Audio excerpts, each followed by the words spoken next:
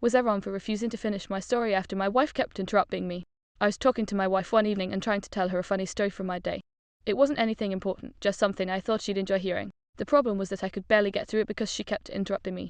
Every time I started building up to the point of the story, she would jump in with a comment, question, or something related that she wanted to say. It happened 5 separate times. I know that sounds oddly specific, but I actually counted because it was becoming frustrating. After the first couple of interruptions, I tried to continue. After the third and fourth, I was getting annoyed. By the 5th time, I had completely lost my train of thought and honestly wasn't interested in telling the story anymore. I finally said something like, "Why don't you just tell me what you want to say since it seems more important?"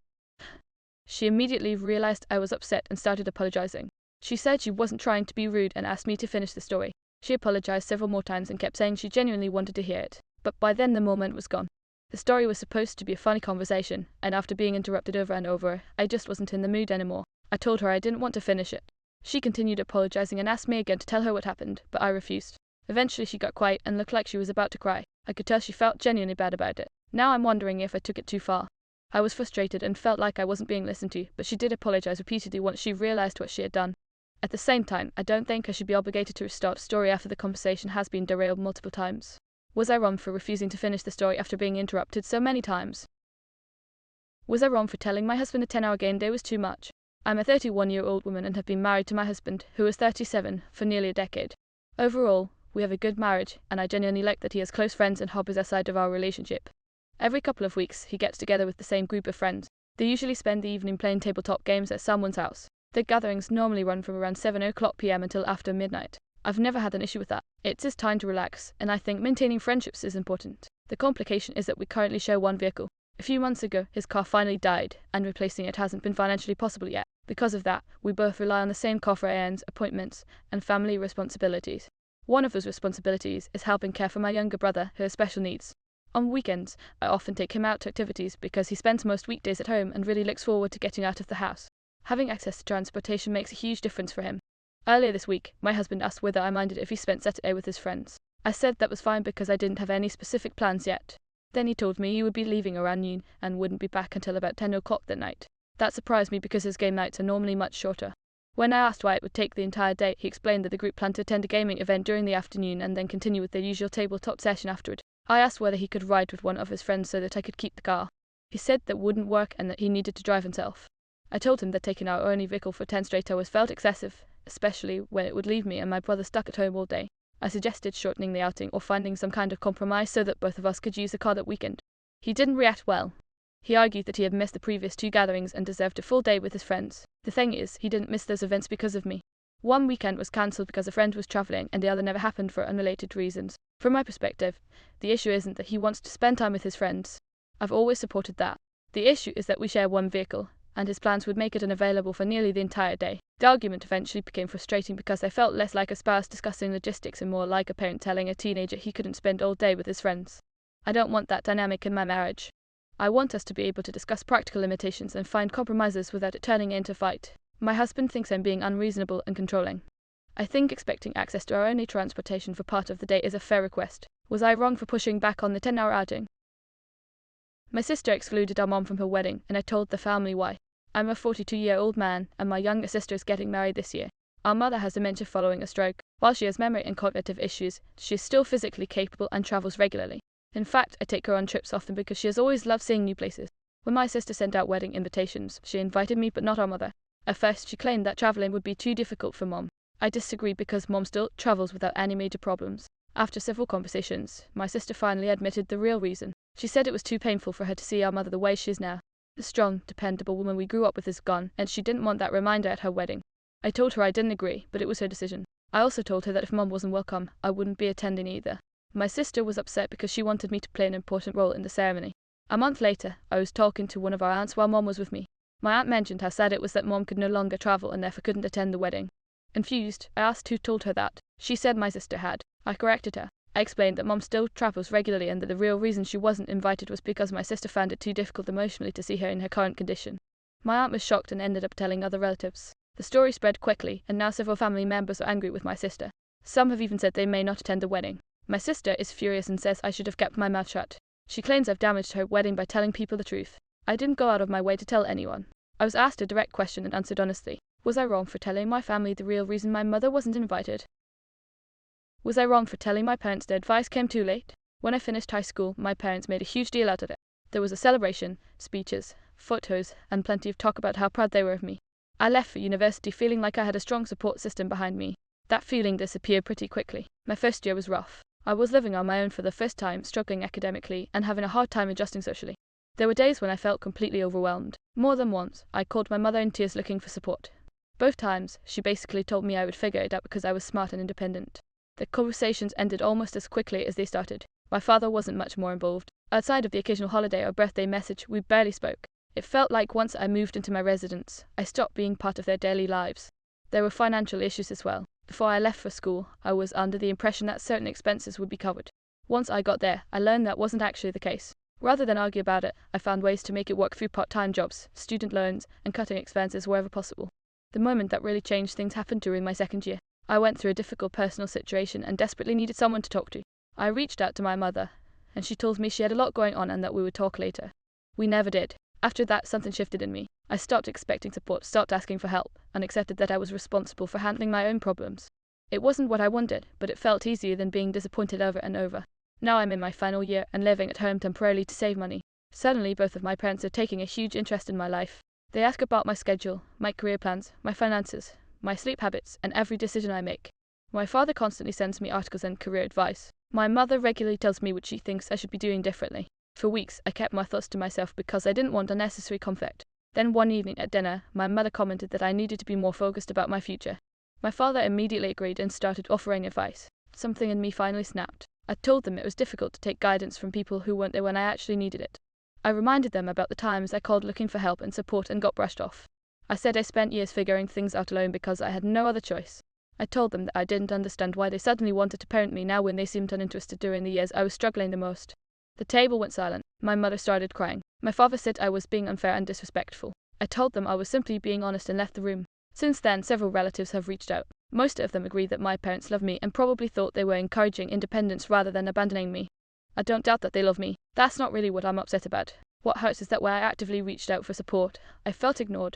Now that I've learned how to manage without them, they're suddenly full of opinions about how I should live my life. Part of me feels guilty for making my mother cry. Another part feels like I finally said something that had been building up for years. Was I wrong for telling them their advice came too late? Was I wrong for expecting my brother-in-law to give up the main bedroom in my own property? I'm a 39-year-old woman. Several years ago, I purchased a family property in a major Asian city that had been in my family for generations. My parents had considered selling it, but I ended up buying their shares. Although they gave me a favorable price, everyone was happy with the arrangement because the property stayed in the family and my parents would always have a place to stay whenever they visited. Most of the time, the property is rented out. A couple of years ago, my husband's younger brother and his wife ran into financial difficulties. To help them get back on their feet, we offered to let them live in their property rent-free so they could save money and stabilize their situation. The understanding was that it was temporary and that they were receiving a significant favor. Since moving in, they've been living there for about 2 years without paying rent. Whenever my husband and I visit, which is usually once a year, I ask them to vacate the primary bedroom during our stay. The first time I made that request, they seemed reluctant and acted as though it was an inconvenience. Eventually, my husband reminded them that they were living in the property for free, and they agreed. This year my husband and I weren't planning to visit, but my parents were. I informed my brother-in-law and sister-in-law roughly 6 months in advance of the dates my parents would be arriving. Everything seemed settled, and nobody raised any concerns. Then, last week, my parents arrived. Instead of finding the primary bedroom available, they were told that my brother-in-law and sister-in-law were hosting friends. The only place supposedly available for my parents was a small home office with a pull-out sofa. My parents are both in their 70s. After a long international flight, they didn't want to argue. They also didn't want to create conflict between our side of the family and my husband's relatives. Rather than fight about it, they quietly booked a hotel and stayed elsewhere. When they told me what happened, I was furious. To me, this wasn't just about a bedroom. It was about basic respect. My parents had given months of notice. The property belongs to me, and the people staying there are doing so rent-free because we chose to help them. I told my husband that he needed to handle the situation because I was too angry to do so calmly.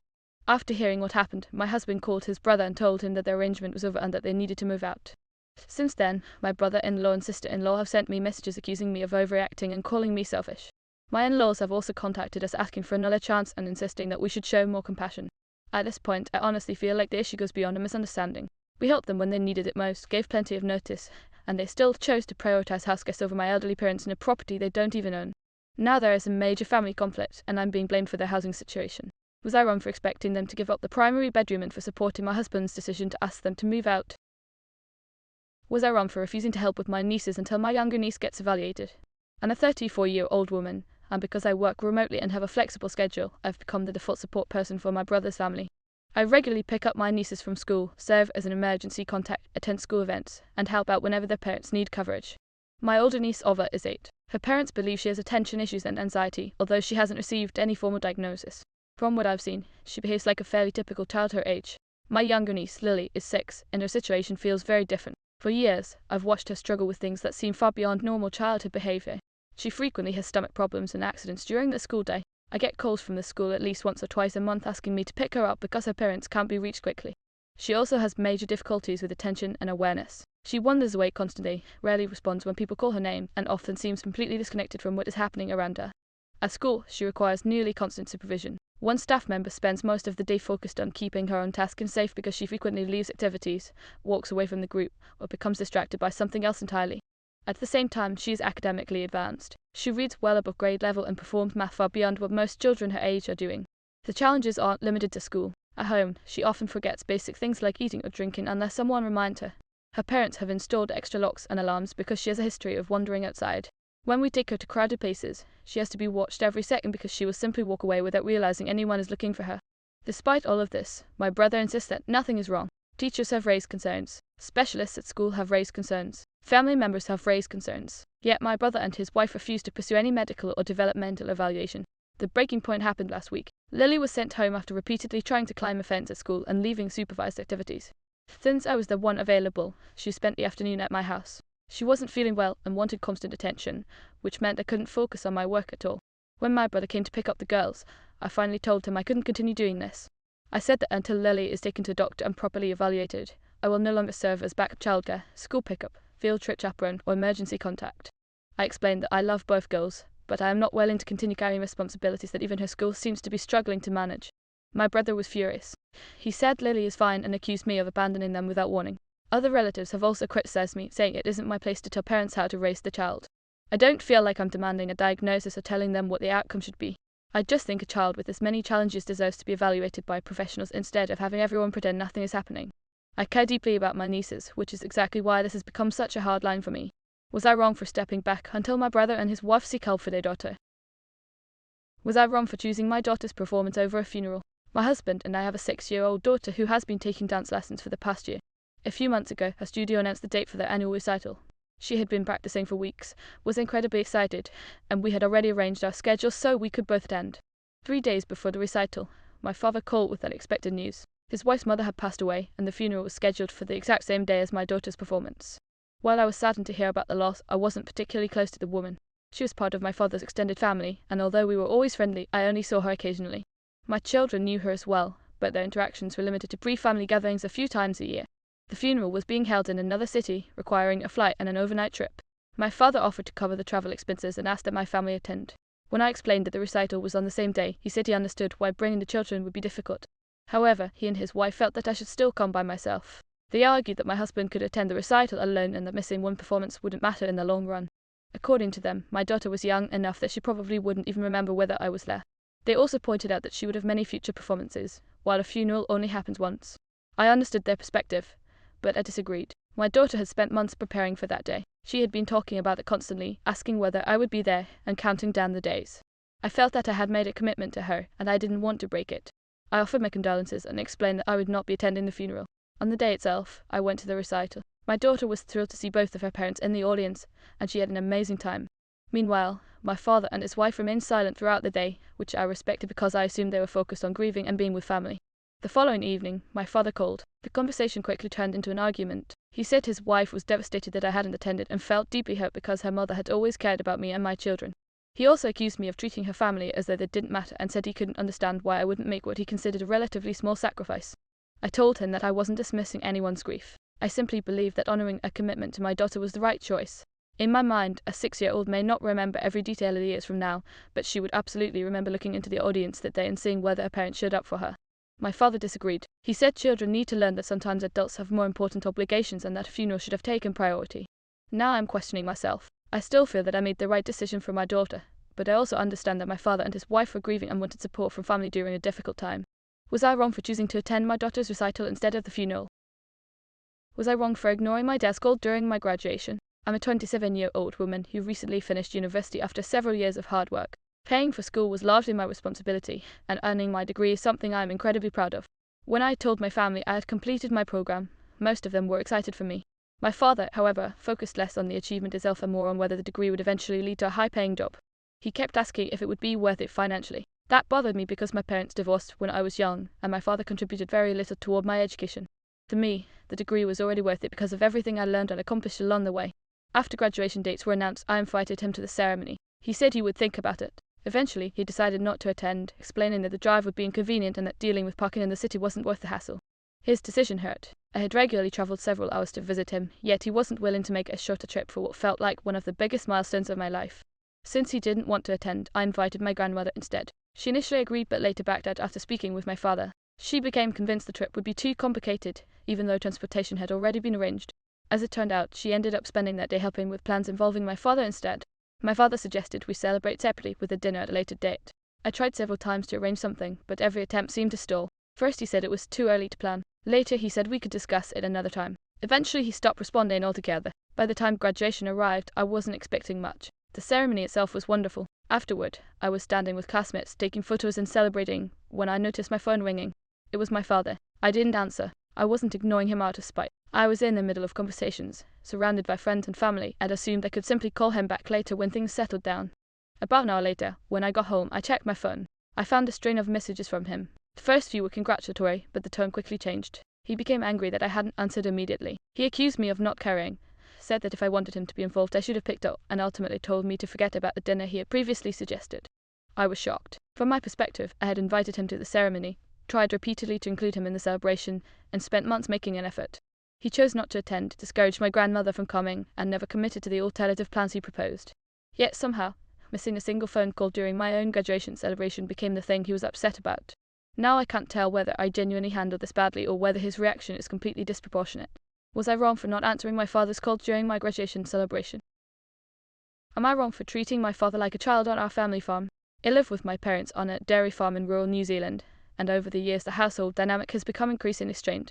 My father has always held very strict beliefs about traditional family roles, insisting that men should be the sole providers while women handle all cooking, cleaning, and childcare. The issue is that this has never matched our reality, because his income from the farm has been inconsistent for years, so my mother has always worked part-time in town while still carrying most of the domestic workload, and my older siblings have already moved out for work, one in construction and the other as a paramedic. Since I'm the only child still living at home, I've ended up taking on more and more responsibility around the property. The main problem is my father's pattern whenever something needs fixing. He will confidently say he is going to handle it, but then nothing happens for weeks or even months. Eventually, after repeated reminders or arguments, he suddenly rushes into action, goes to town, buys expensive tools or unnecessary equipment, and starts the job in a burst of energy. However, the work is usually incomplete or poorly done, and I often end up having to redo it properly afterward just so things are safe or functional. Over time, I stopped relying on him entirely and taught myself how to handle most farm tasks, including fencing, basic electrical repairs for gates, irrigation fixes, machinery maintenance, and general upkeep. Now I usually just do the work myself or pay a local tradesperson because it is more efficient and avoids the cycle of delays and mistakes. My father says I disrespect him, undermine his authority, and treat him like a child by not involving him anymore. He also claims my attitude is causing tension in the marriage with my mother. From my perspective, I'm exhausted from years of broken promises, unfinished jobs, and having to clean up after rest attempts that create more work than they solve. Now I'm being told that my way of handling things is the real problem in the household. So I keep asking myself if I've gone too far, or if I'm just reacting to a pattern that never changed. Was I wrong for punishing my son after he refused to work with a classmate? My son is a sophomore in high school, and recently I got a call from his chemistry teacher about an incident during a lab assignment. According to the teacher, students were assigned partners for a lab, and my son was paired with a girl from his class. I immediately knew who she was because I've heard him mention her before. Unfortunately, whenever he and his friends talked about her, it was usually unkind. He has called her unattractive and complained that she has a strong body odor. During the lab, my son apparently stood so far away from his assigned partner that he wasn't actually participating in the experiment. The teacher noticed and instructed him to move closer so they could complete the assignment together. He refused. When the teacher pressed the issue, he reportedly said that he didn't want to stand near her because she smelled bad. The teacher warned him that if he continued refusing to cooperate, he would be written up. Even after that warning, he still refused to work with her, so he was removed from class and sent out. Later that day, the school contacted me about what had happened. When my son got home, I took away his phone as punishment. My reasoning had nothing to do with whether the girl actually has an odor issue. It was because he openly embarrassed another student, refused a direct instruction from a teacher, and disrupted the class instead of handling the situation respectfully. For context, I have met this girl before at a school event.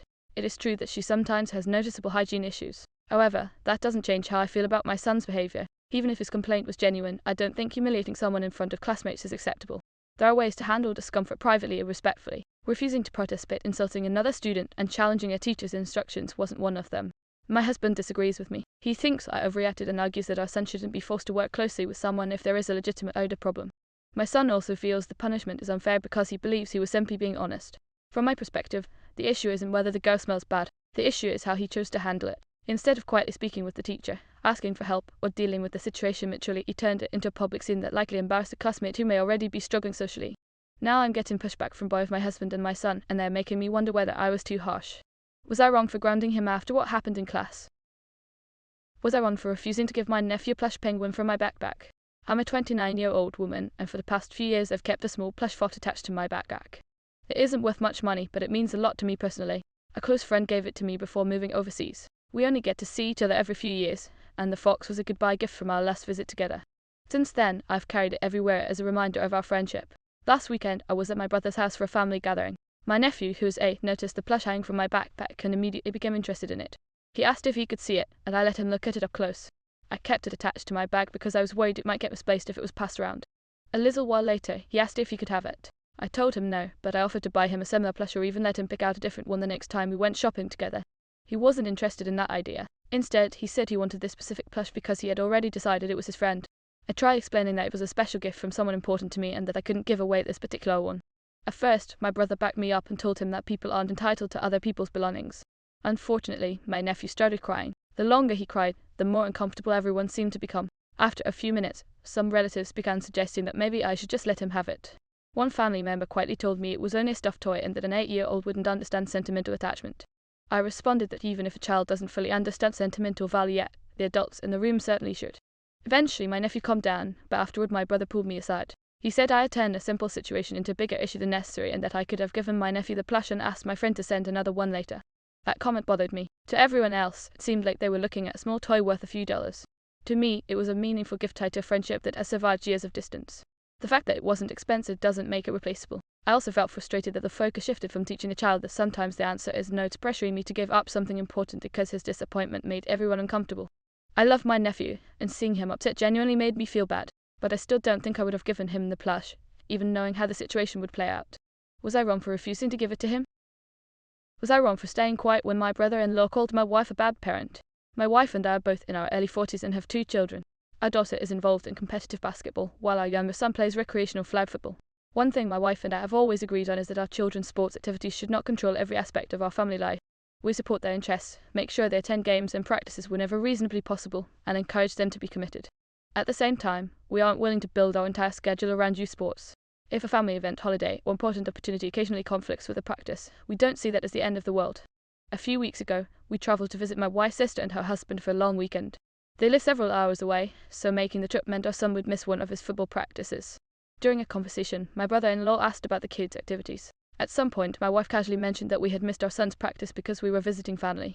That comment immediately set him off. He started lecturing her about responsibility, teamwork, and commitment. According to him, allowing our son to miss practice was teaching him the wrong values. The conversation escalated to the point where he outright accused my wife of being lazy and even suggested she was a bad parent for not prioritizing sports.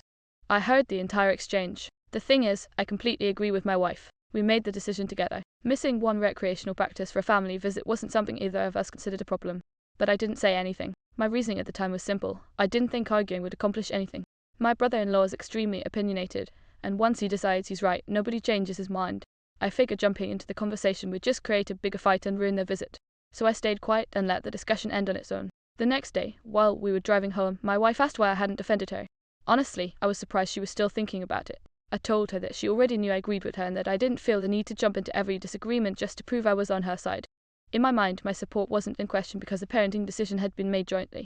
She didn't see it that way. She said that when someone is openly criticizing your spouse and calling them a bad parent, staying silent can look a lot like agreement. From her perspective, I left her standing alone while she took criticism for a decision we had both made. The rest of the drive was uncomfortable. She barely spoke to me and focused her attention on the kids instead. I still don't think confronting my brother-in-law would have changed his opinion. At the same time, I can understand why my wife might have wanted some visible support in that moment rather than private agreement afterward. Was I wrong for staying out of it instead of backing my wife up? Was I wrong for refusing to put my mother-in-law's gifted plant in our garden? My partner and I have been completely redesigning our backyard over the past year. The project has involved a lot of planning, compromise, and discussion because we both have very different priorities for the space. My partner wanted plenty of lawn and patio area for entertaining and relaxing outdoors.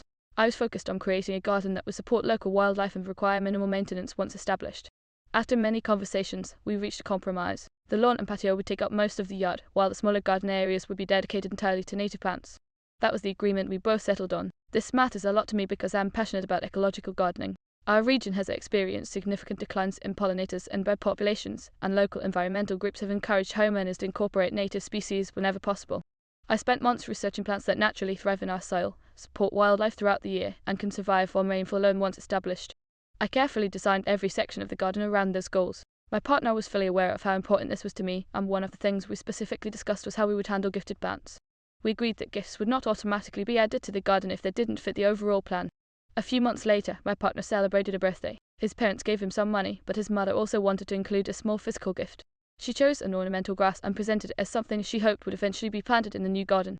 The problem was that the plant didn't fit our plans at all. It wasn't native to our area, wouldn't support local wildlife, required different soil conditions and what we have naturally, and would need a different amount of sunlight than the plants surrounding it. Incorporating it would mean redesigning part of the garden and changing a plan that had already been finalized. Rather than reject the gift, I tried to find another solution. I researched how to care for it indoors, confirmed it wasn't harmful to our cat, and found a sunny spot in our house where it could thrive. It actually adapted very well, and even became one of our favorite houseplants. I thought that would be the end of it. However, when my mother-in-law visited and saw the plant indoors, she questioned why it wasn't outside. She explained that she had intended it to be part of the garden and seemed disappointed that it wasn't being used that way. I reminded her that we had discussed our plans for a native garden several times in the past and explained again why the plant wasn't compatible with what we were building. I also pointed out that we weren't rejecting the gift, we were keeping it, caring for it, and making sure it thrived.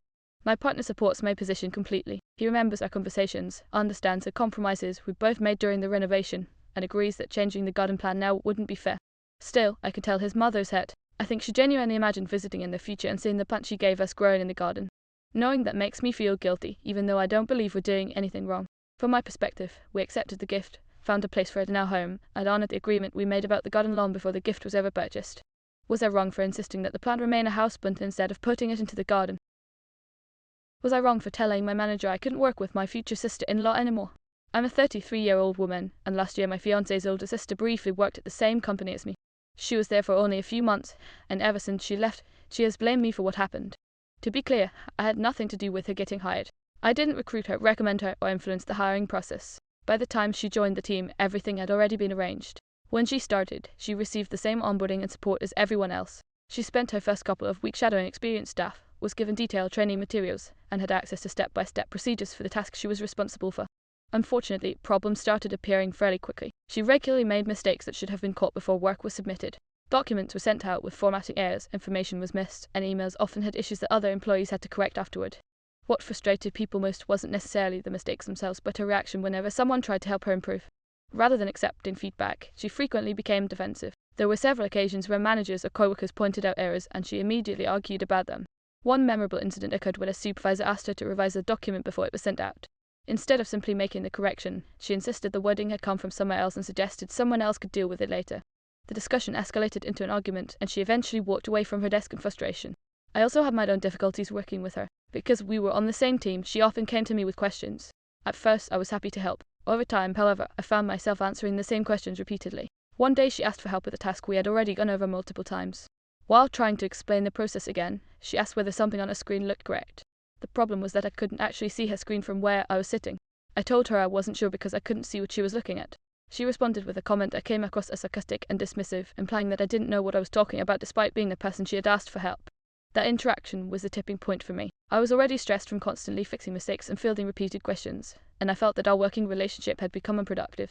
I scheduled a conversation with my manager and explained that I could no longer work directly with her. I specifically said that I wasn't asking for disciplinary action and that I had no issue with her remaining employed. I simply wanted my responsibilities separated from hers because the situation was affecting my own work. The following day, management terminated her employment. I was not involved in that meeting and had no input into the decision beyond the conversation I had already had with my manager. Ever since then, she has insisted that I got her fired. She tells relatives that I sabotaged her, that I never liked her, and that I intentionally turned management against her.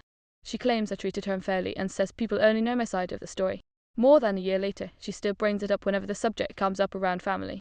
The problem is that this has created tension throughout my fiancé's family. Some relatives believe her version of events, while others think management had already noticed the performance issues long before I said anything. From my perspective, I didn't ask for her to lose her job. I've raised concerns about how the situation was affecting my ability to do my own work, and management made its own decision based on what they had observed. Still, I know my conversation with my manager happened shortly before she was let go, and I sometimes wonder whether speaking up played a bigger role than I realized. Was I wrong for telling my manager that I could no longer work directly with my future sister-in-law?